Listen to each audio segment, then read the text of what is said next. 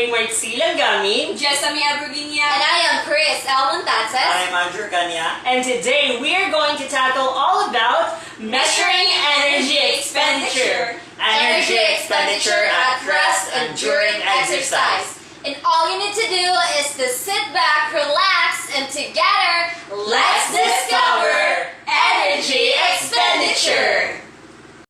What is energy expenditure? Energy expenditure is the amount of energy that a person needs to carry out physical function, such as breathing, calculating blood, digesting food, or even exercising. Energy is measured in calories, and your total daily energy expenditure, or TDEE, is the number of calories you burn each day. To understand energy expenditure, you must understand how your body produces energy. To provide fuel for movement and daily functions, your body makes energy in the form of heat. Energy expenditure can be estimated by measuring macronutrient or oxygen consumption, or heat production or carbon dioxide production. Most measurement approaches in use today involve the measurement of oxygen consumption or production of carbon dioxide via indirect calorimetry. Activity energy expenditure, or EEE, is the modifiable component of total energy expenditure, or TEE, derived from all activities, both volitional and non-volitional, because AEE may affect health. There is interest in its estimation in free-living people. So let's proceed to energy expenditure at rest. Resting energy expenditure, or RMR, represents the largest proportion of TEE. Simply defined, REE represents the energy expended at rest by fasting individual in thermoneural environment. RMR typically is slightly higher than basal metabolic rate, or BMR, that is measured under stricter conditions. The basal or resting metabolism is the largest component of the total energy expenditure, or TEE, usually 60 to 75%. The RMR or BMR is usually at the higher end of this range for a sedentary individual, to 70 to 75%, at the lower end for athletes. So let's move on how to calculate energy expenditure.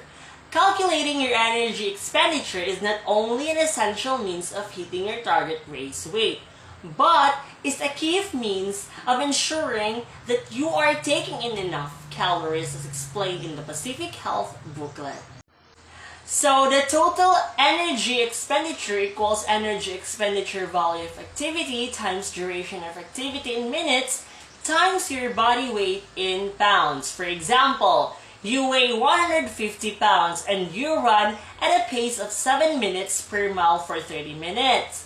The energy expenditure value of running at 7 minutes per mile is 0.10 calories / pound / minute. Therefore, the total energy cost of the workout is 0.10 times 150 times 30 equals 450 calories. Although you do not have to be precise, it is always good to know your overall energy expenditure. It is easy to compute. And by the way, I'm going to flash here in the video the table and plug it into the following equation. Nutrition for fueling and recovery is largely a function of energy expenditure. Energy expenditure is a function of 4 parameters. First on the list is total time of exercise. Second is intensity, example, pace. Third on the list is weight. Heavier people burn more calories than lighter people doing the identical exercise for the identical time. And lastly is exercise activity. So now let's talk about energy expenditure during exercise. Energy expenditure rises above resting energy expenditure when physical activity is performed. The activity-induced energy expenditure varies with the muscle mass involved and intensity at which the activity is performed. It ranges between 2 and 18 METs approximately. Difference in duration, frequency, and intensity of physical activities may create considerable variation in total energy expenditure. The physical activities level equal total energy expenditure divided by resting energy expenditure varies between 1.2 and 2.2 minus 2.5 in healthy adults. And that would be the end of our topic. We really hope that you've learned a lot from us. Bye-bye!